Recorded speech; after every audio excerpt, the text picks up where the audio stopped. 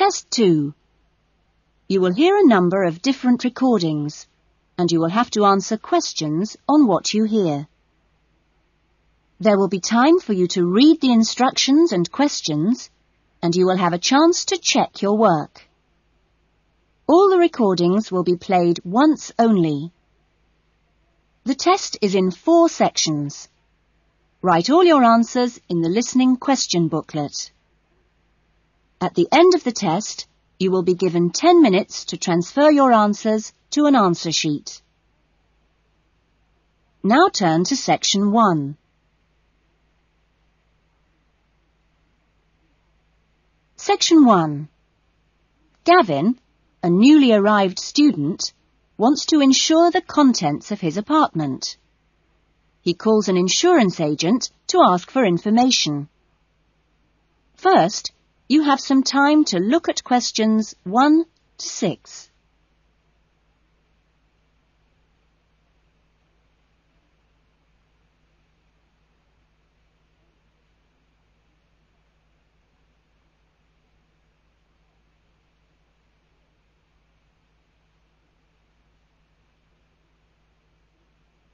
You will see that there is an example that has been done for you.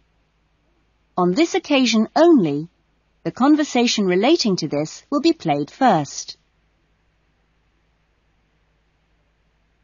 Good morning, Diane Davis. Can I help you? Yes, I'd like to get some insurance for the contents of my home. Fine. When did you move into the house? A couple of weeks ago. And, it's an apartment, actually. I was told by the landlord that it would be a good idea to get some insurance for the furniture and other personal possessions. Gavin moved into his apartment 2 weeks ago, so B has been circled. Now we shall begin.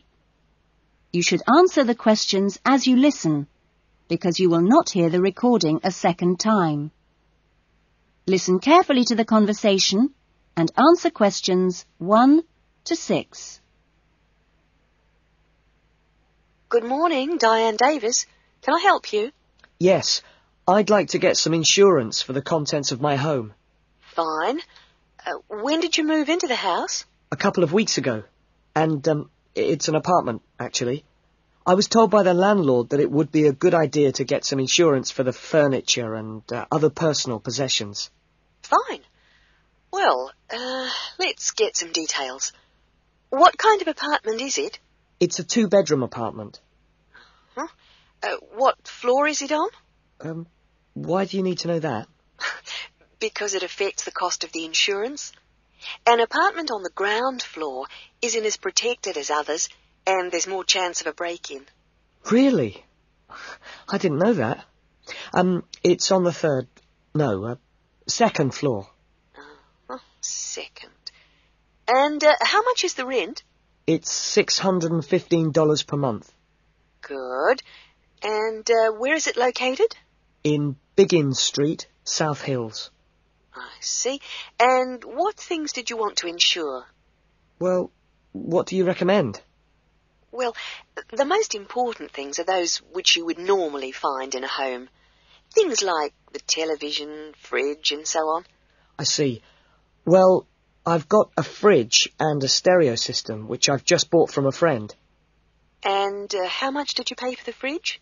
$450.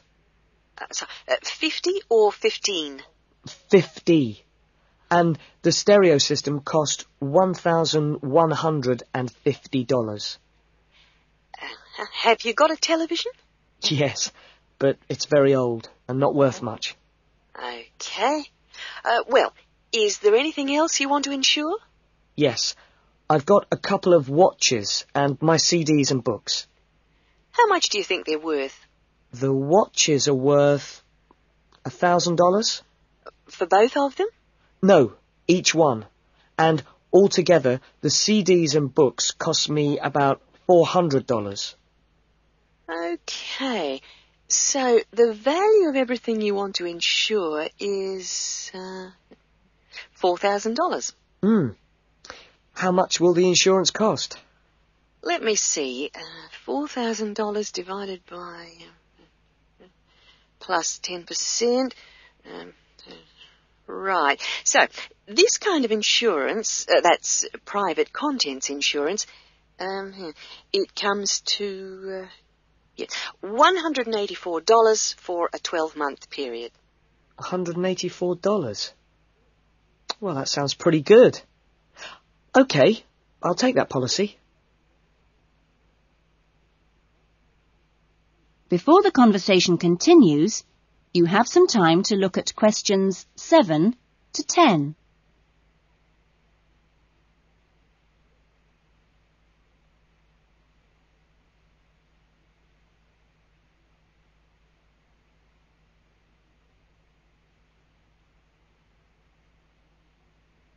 Now listen carefully and answer questions 7 to 10. Can I arrange the policy over the phone? Sure. Just let me get the details down. So, that's Mr. Gavin Murray. That's Murray. And the address is? It's 16C, Biggins Street, South Hills. Okay. 16C, Biggins Street, South Hills? That's right. It's 2 words. South Hills. And your date of birth is? 12th of November, 1980. And your contact number?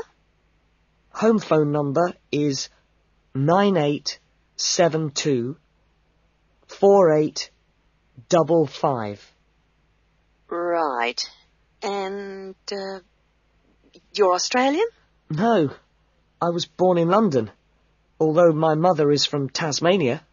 Oh, really? Whereabouts? Hobart. I see. Interesting place.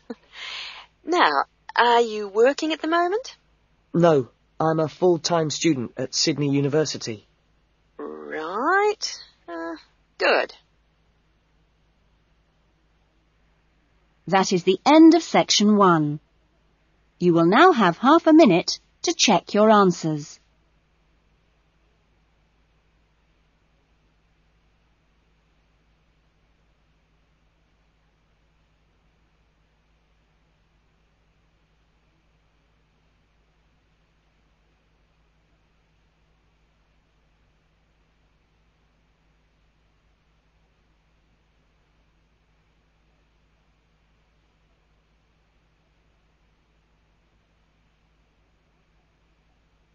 Now turn to section 2.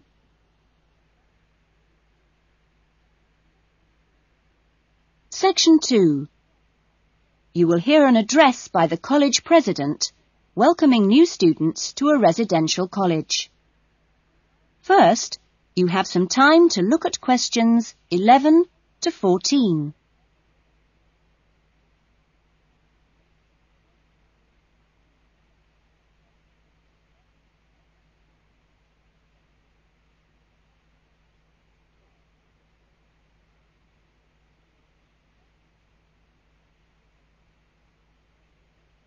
Now listen carefully to the first part of the talk and answer questions 11 to 14. Well, good morning, everyone. It's good to see you all here. Welcome to Smith House. Smith House, as you may or may not know, is one of the oldest residential colleges of the university. As you can see, the building you're in now, which contains this main lounge, the dining room, the recreation room, the kitchen and the offices, was part of the original old house built in the 1840s to be used by the family of George Smith. That's, of course, how the house and college got their names. The original house was converted into a residential college for the university in 1940, and since then has continued to be added on to and modernised. You'll notice when you receive your room allocation in a few minutes that your room number either begins with the letter N, S or W, like this one here.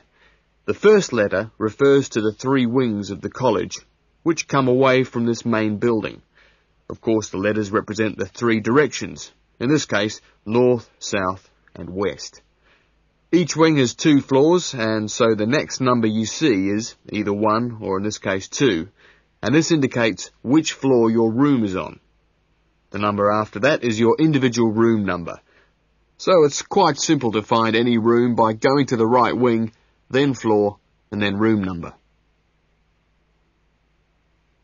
Before you hear the rest of the talk, you have some time to look at questions 15 to 20.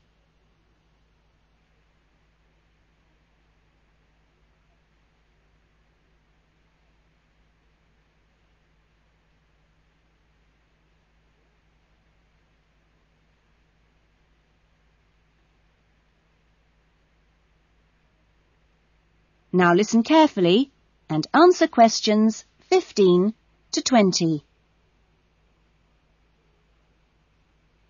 You'll also notice, when you receive your orientation pack shortly, that there are 2 keys.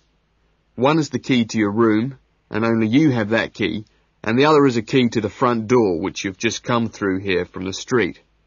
This door is closed and locked at 8 p.m. every night, and opened again at 7 a.m. You'll need your key if you're coming back to the college between those times. We ask all students to always enter and leave the college through the front door. You'll notice at the end of each corridor that there is another door, but these are fire doors and are kept locked from the outside.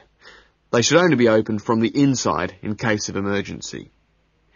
In your fees, you've paid a laundry fee, which covers the cleaning of bed linen and towels. All bed linen and towels are clearly embossed with the name Smith House, so it's easily identifiable. If you want your other laundry to be done by the college, this can be arranged for a small extra fee.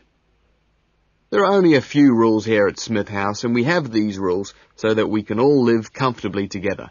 The most important rule is that there must be no noise after 9 p.m. There is also no smoking in the rooms or anywhere inside the college, but smoking is permitted on the balconies. All meals are served in the dining room. Meal times are listed in your orientation pack. Please read these carefully, as meal times cannot be changed, and if you arrive late, I'm sorry to say, you'll just go hungry. If you're unsure about things, each floor has an elected floor senior, who is usually a student in their 3rd or 4th year of study, who's been at Smith House for a while. The floor seniors will introduce themselves later today and answer any questions you have. But for now, I'm going to hand you over to Marnie, who is going to give you the orientation packs and keys. Thanks, Marnie. That is the end of section 2. You will now have half a minute to check your answers.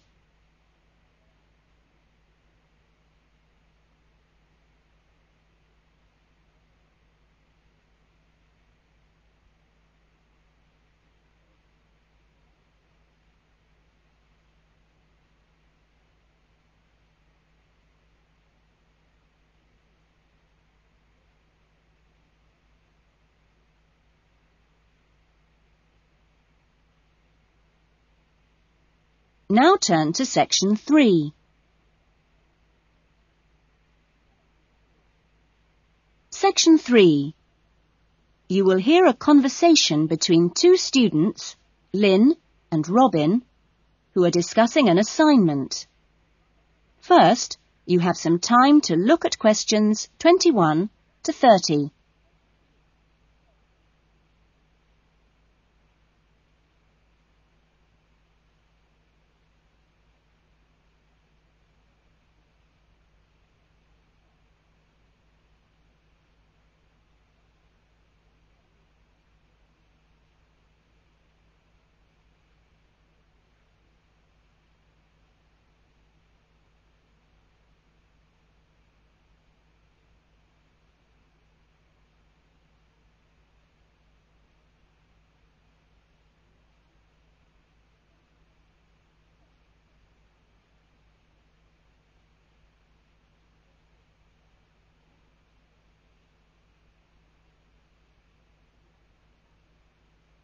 Now listen carefully to the conversation and answer questions 21 to 30. That essay we have to write, the one on how children learn through the media, How are you planning to write it?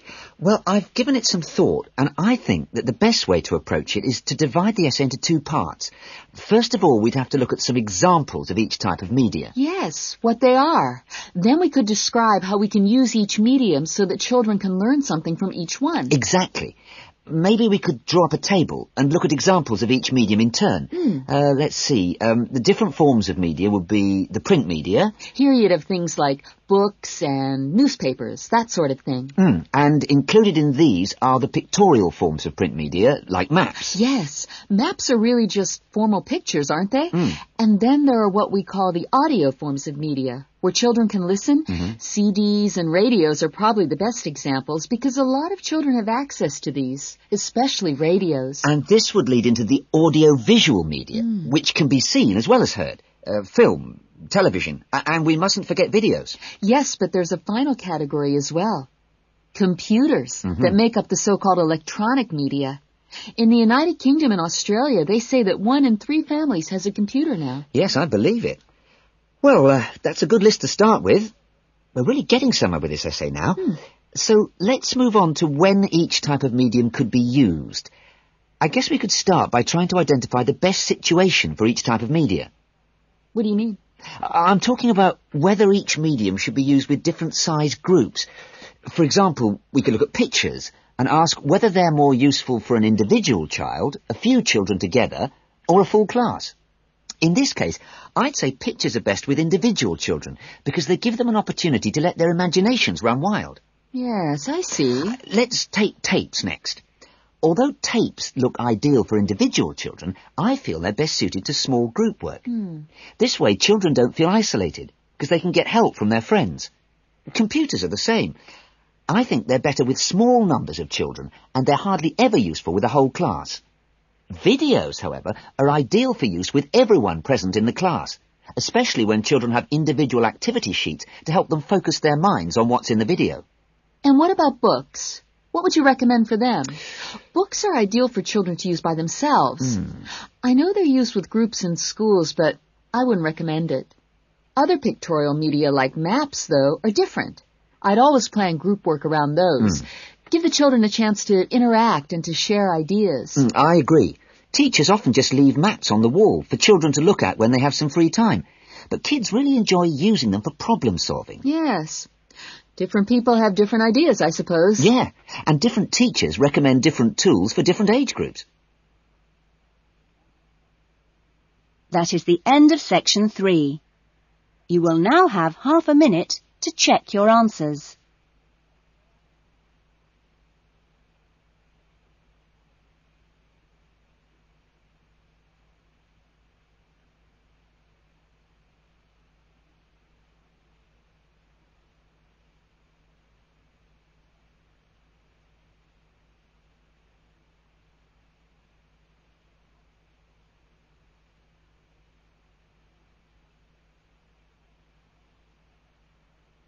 Now turn to section 4.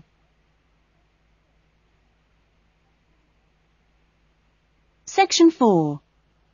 You will hear a lecturer talking to a group of students at the beginning of a course in rural development.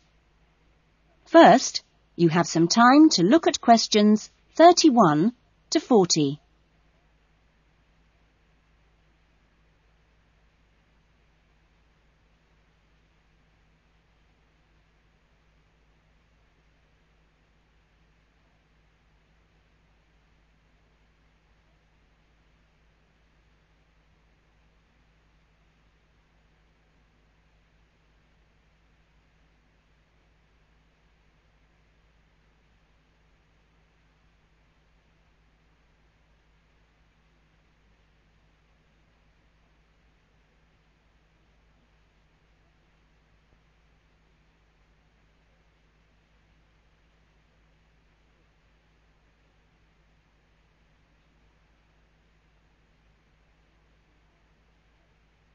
Now listen carefully to the talk and answer questions 31 to 40.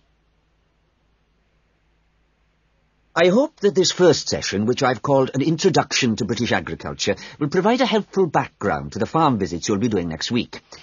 I think I should start by emphasising that agriculture still accounts for a very important part of this country's economy. We are used to hearing the UK's society and economy described as being industrial or even post-industrial, but we mustn't let this blind us to the fact that agriculture and its supporting industries still account for around 20% of our gross national product. This figure is especially impressive, I think, when you bear in mind how very small a percentage of the UK workforce is employed in agriculture. This is not a recent development. You'd have to go back to 1750 or so to find a majority of the workforce in this country working in agriculture.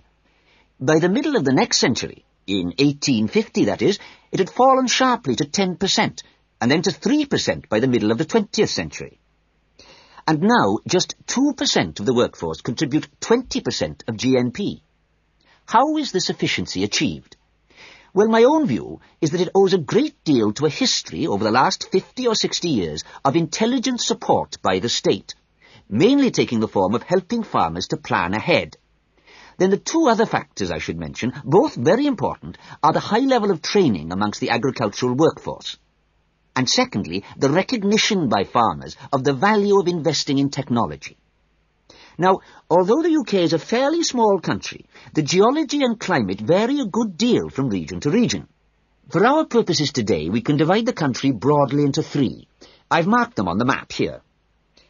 The region you'll get to know best, of course, is the north, where we are at present. The land here is generally hilly, and the soil's thin.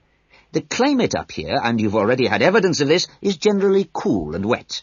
As you'll see next week, the typical farm here in the north is a small, family-run concern, producing mainly wool and timber for the market.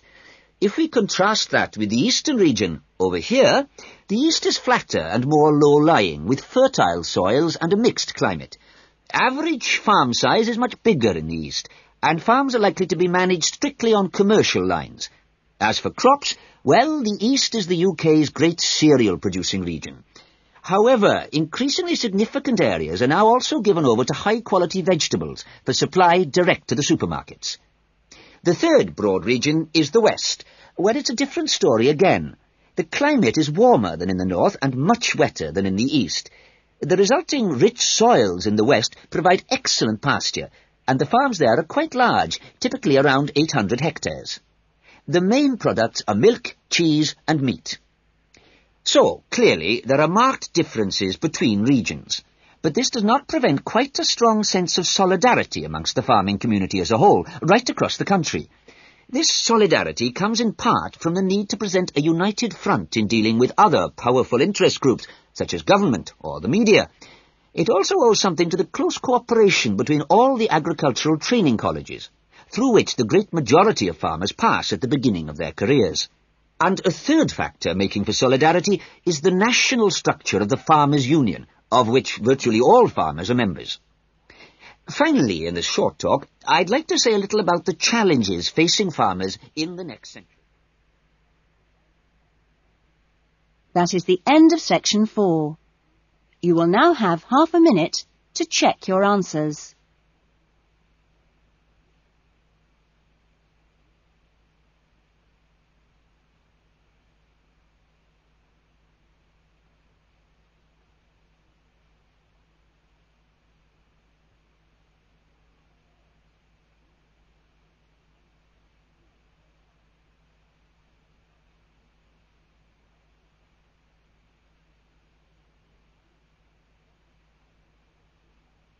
That is the end of the listening test.